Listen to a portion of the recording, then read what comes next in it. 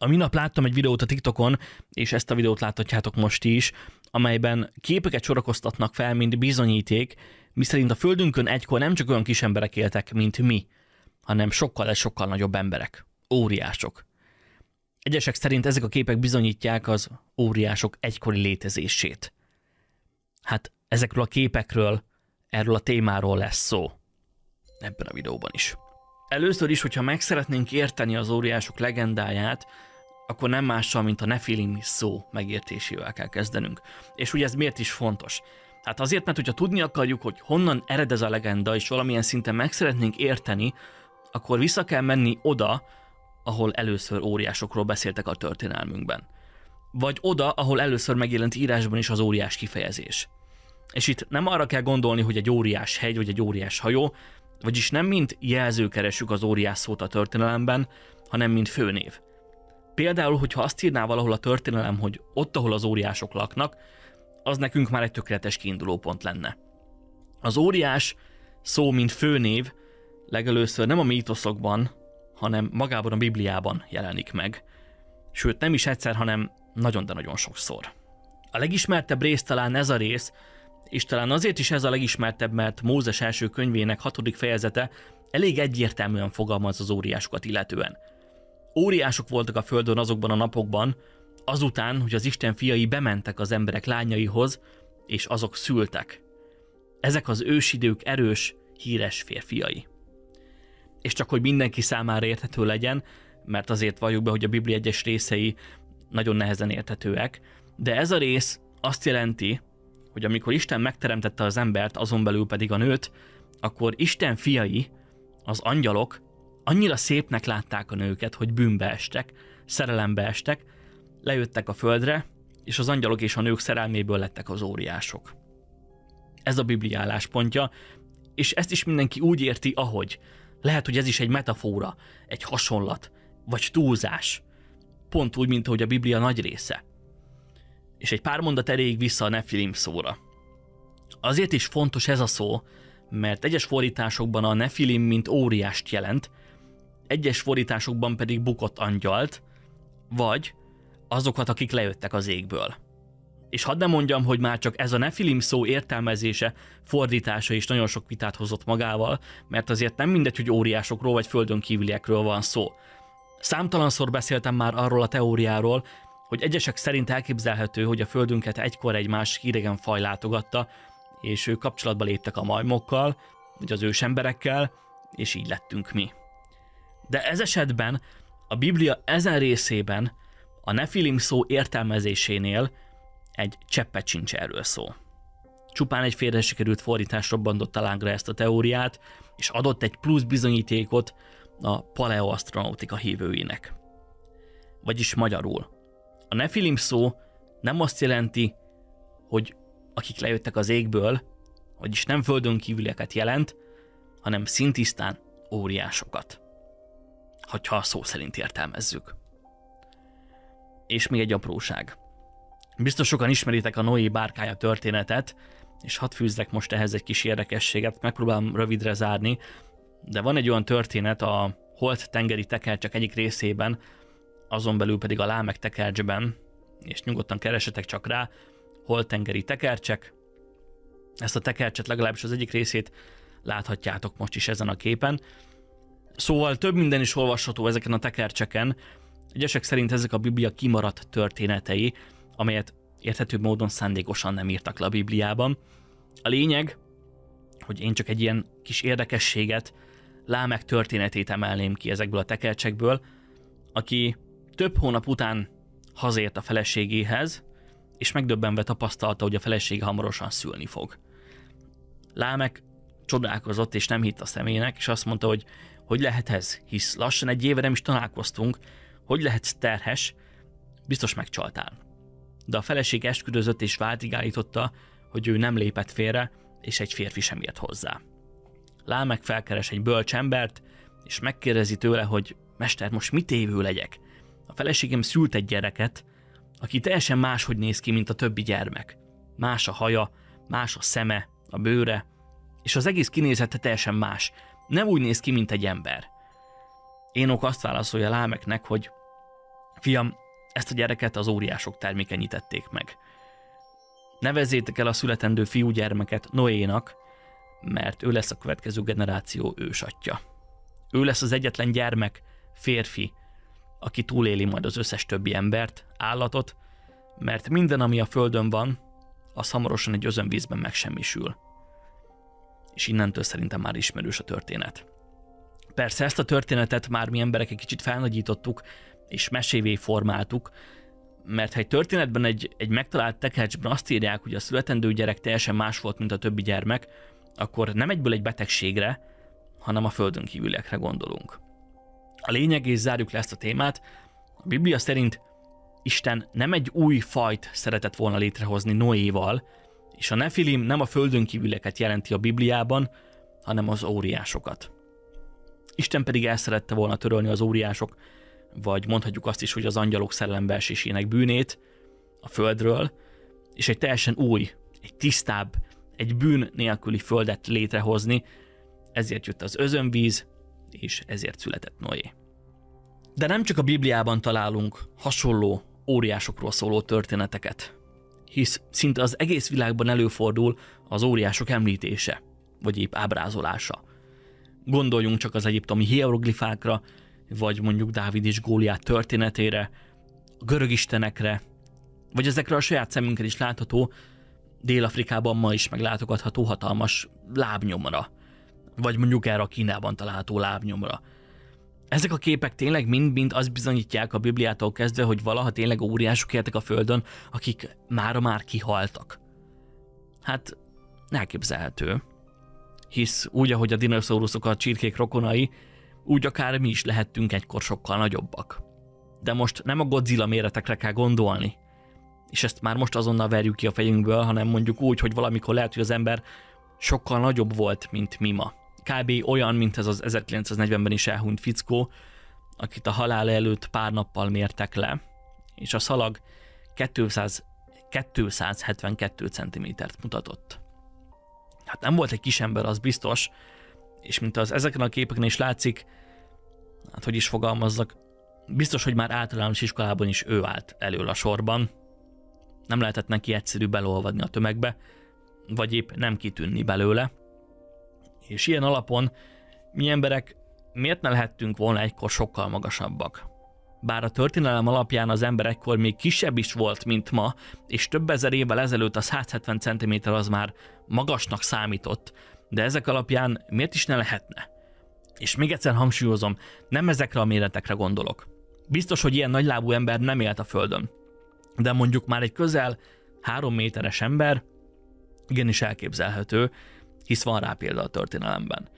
Sőt, ez egy betegség, amit óriásnövésnek vagy gigantizmusnak nevezünk, az oka pedig az, hogy egy agyi mirigy túlzott mennyiségű növekedési hormont állít elő, és így az ember csak nő és nem tudja, hogy hol a határ. Na de térjünk is rá a videó elején is említett TikTok videóban bemutatott képekre, amelyek egyesek szerint bizonyítékul szolgálnak az óriások egykori létezésére. És most nem a közel 3 méteres gigantizmusban szenvedő emberekről beszélek, hanem ezekről a képekről. Itt az látszik, itt nem csak óriásnövésről van szó. Ez már az óriásnövés egy nem bizonyított és soha nem látott fajtája lenne, hogyha igaz lenne, de sajnos azt kell, hogy mondjam, hogy ezek a képek hamisak. Szerkesztettek. Igen, mindegyik. Ugyanis volt egy vállalat, a Design Crowd, akik meghirdettek egy pályázatot Régészeti anomáliák címmel. És ezek a képek, és mint az a weboldalukon is látszik, a pályázók alkotásai. Ezt a képet Trit, ezt a képet Anakin, ezt a képet pedig Amaranto készítette. És így tovább, és így tovább. De annak érdekében, hogy ezeket a képeket minél jobban lebuktassuk, és lecsapjuk azt a labdát, hogy ezt a pályázatot biztos csak azért hozták létre, hogy leplezzék a valóságot, és aláírom, hogy nagyon sok mindent eltitkolnak előlünk, de ezt az óriások kérdését nem akarja senki sem eltitkolni, mert nincs mit. Vegyük például ezt a képet, ez a kép is pontosan ugyanabban a régészeti anomáliák pályázatban szerepelt, mint az összes többi kép, de erre mégsem figyelt fel a nagy közönség, mert hát valljuk be, hogy egy elég rosszul sikerült kamuról van szó. Ez a kép sem volt a dobogósok között, mert vidít róla a szerkesztés, és én sem vagyok egy nagy Photoshop mester, de ezt talán még én is jobban megcsináltam volna. Nagyon amatőr munkák kerültek idebe. Erről meg már inkább nem is beszélek, de nézzük a kissé már hitelesebb fényképeket. Ez egyébként nem is egy olyan rossz kép, de a grafikusunk elkövetett egy nagyon nagy hibát. Van egy olyan eszköz a Photoshopban, hogy klónozó. Ez arra szolgál, hogy egy alapvetően homogén felületet többszörösítsünk, és kitöltsük vele a még látható szerkesztési hibákat. A grafikusunk, mint az látható, a klónozást túl észrevehetően otthagyta, ez a 3 bekockázott képrészlet szinte egy és ugyanaz. Ez a kép is tök meggyőző, egészen addig, amíg nem nagyítunk rá egy picit. A koponya belseje, a föld csak úgy rá lett helyezve a képre. Ez a fényeken, az árnyékokon nagyon szépen látszik. Ez már egy picit jobb alkotás lett, de mondjuk a fickó kivágása az is nagyon amatőr, a fényelése is, és ezek a csontok élei is csak kilettek radírozva, hogy még jobban belolvadjanak a homogén környezetbe. Ugyanezt a hibát követte el a következő kép szerkesztője. A csontváz szélei, élei, azok kilettek radírozva, hogy a csontváz jobban beleilleszkedjen a környezetébe. Ez a radír megoldás egy olyan átmenetet képez a koponya és a föld között. Ráadásul itt még az emberek méreteivel is van egy kis probléma. A kék ruhás néni csak úgy rá lett illesztve a képre. A többiek szerintem rajta voltak az eredeti képen is, de a kék ruhás néni csak utólag a koponyákkal együtt került a képre. Erről a pályázatról szinte ordít, hogy figyeljétek, én egy szerkesztett alkotás vagyok, a levelek, a 2 turista, ez egy nagyon amatőr munka volt, és nagyon remélem, hogy nem kapott érte semmilyen díjat. De vannak még itt bőven értékeltetlen képek, és nagyon, de nagyon remélem, hogy ezeket a képeket senki sem veszi, és soha nem is vette komolyan, mert, és csak rá kell néznünk erre. Hát még viccnek is nagyon gagyi.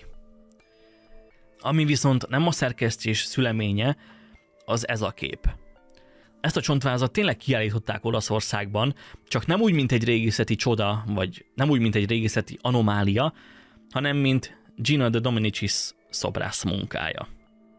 Viszont van egy kép, ez a kép, ami nem szerkesztett, és aminek van egy kis valóságtartalma.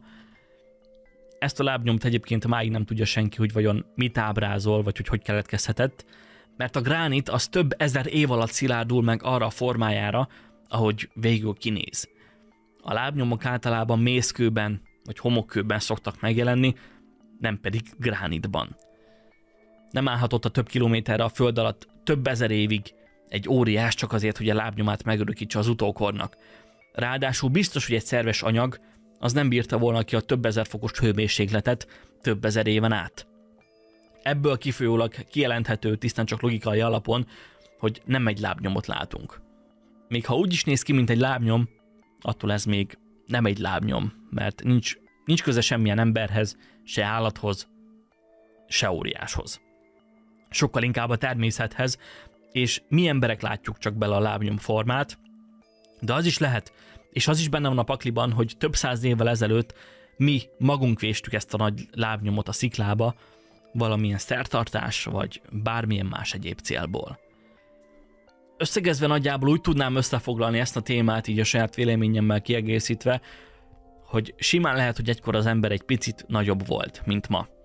Pont úgy, mint ahogy a majmok között is voltak 3 méteres egyedek. Például a Gigantopithecus, ami azért pusztult ki és halt ki, mert egyszerűen olyan magas volt a táplálék igénye, hogy egy időben már nem tudott mit tenni. Más fajok, akik kevesebbet ettek és beérték kevesebbel, ők túlélték, viszont az óriás majom a hatalmas táplálék igénye miatt ő már nem.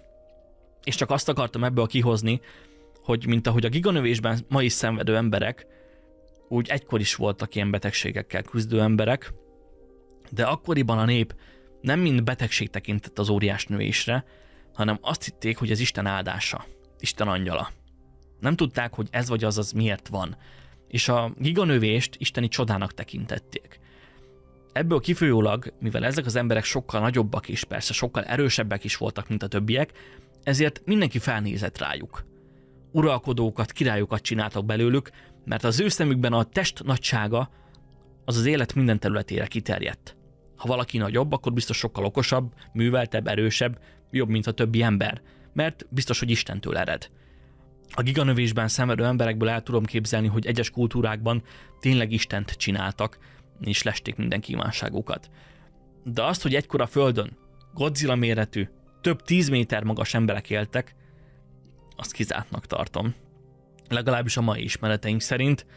Persze kerültek elő az évtizedek során bizonyítékok hatalmas nagy combcsontokról, amelyeket a földművesek ástak ki a földjeiken, de mint az később a bevizsgálás folyamán kiderült, ezek nem emberi combcsontok, és nem is óriások combcsontjai voltak, hanem dinoszauruszok csontjai. Amit később persze felfújva eladtak egy kis hírnévért a médiának, és így tovább, és így tovább. De ha ez még mindig nem lenne elég, akkor 1869. október 16-a. A földmunkások találtak egy nagy megkövült óriást. A telek tulajdonosa azonnal a helyszínre sietett, és amint meglátta a kiásott szobrot, azonnal kapott az alkalmon, és kordonokat emelt a megkövült tetem köré. És pénzért bárki megnézhette magának ezt a kiásott óriást. Jöttek is elég szép számmal a turisták, volt, aki több 1000 kilométerről is leutazott csak azért, hogy láthassa ezt a nagy csodát, de amikor már a tudósok fülébe is eljutott, és meg szerették volna a tudósok is vizsgálni, akkor a telek tulajdonosa önszántából bevallotta, még mielőtt nagyobb baj keveredik az ügyből, hogy ez csak egy nagy átverés volt. Mert hát valamiből neki is pénzt kell csinálni, és az emberek pedig rajonganak az ilyen misztikus történetekért. Szóval így nagyjából ez az óriások legendája, és lehetne még bőven példákat, képeket, történeteket hozni, de ezek közül nincs egyetlen egy sem, ami hiteles is lenne. Nincs olyan, ami tovább nyúlna és többet mondana attól, amit én ebben a videóban összeszedtem. Nagyobb emberek igenis voltak, és léteztek valamikor, de az ő nagyságuk a 270 cm-nél valahol kifújt. És arra, hogy voltak egykor, ettől nagyobb emberek, azt semmilyen bizonyíték nem támasztja alá. Legalábbis ma, e videó elkészültekor még nem. Felhozhatnánk a Bibliát is, mint bizonyíték, de szerintem ott is csak szinonimáról vagy hasonlatokról van szó. Ma is mondjuk azt valakire, hogy nagy ember, és ez alatt nem a testi adottságait értjük, hanem mondjuk a tudását, a bölcsességét vagy a hatalmát. Ilyen alapon az, hogy a Bibliában óriásoknak hívnak valakit, az egy kicsit sem bizonyíték az óriások létezésére. Mert simán lehet az is, hogy az óriások a giganövésben szenvedő betegeket takarják, akiket az akkori kultúra már isteni adottságokkal ruházott fel. Én a magam részéről ennyit szerettem volna elmondani ebben a videóban, de a biztonság kedvéért a leírásba beszúrom azt az oldalt, ahol megnézhetitek ezeket a képeket az alkotók neveivel. Nagyon sok kép van fent, talán több 100 kép is. Szóval, hogyha valamikor valami hasonlóval találkoztok, kiásott óriásokkal, akkor elsősorban itt kell megkeresni, ezen az oldalon kell megkeresni, hogy vajon még grafikus keze van a háttérben. Én nagyon szépen köszönöm a figyelmeteket, köszönöm szépen, hogy megtiszteltetek, és hogy egész idáig néztétek ezt a videót. Előre is elnézéseteket kérem a kevesebb videóért, de most épp valami mást is intézünk, és ezt remélem, hogy hamarosan majd kiderül. Nyaralni is fogunk pár napot, szóval ez az aktivitásom ritkaságának az oka, de hamarosan találkozunk egy következő videóban. Addig is sziasztok!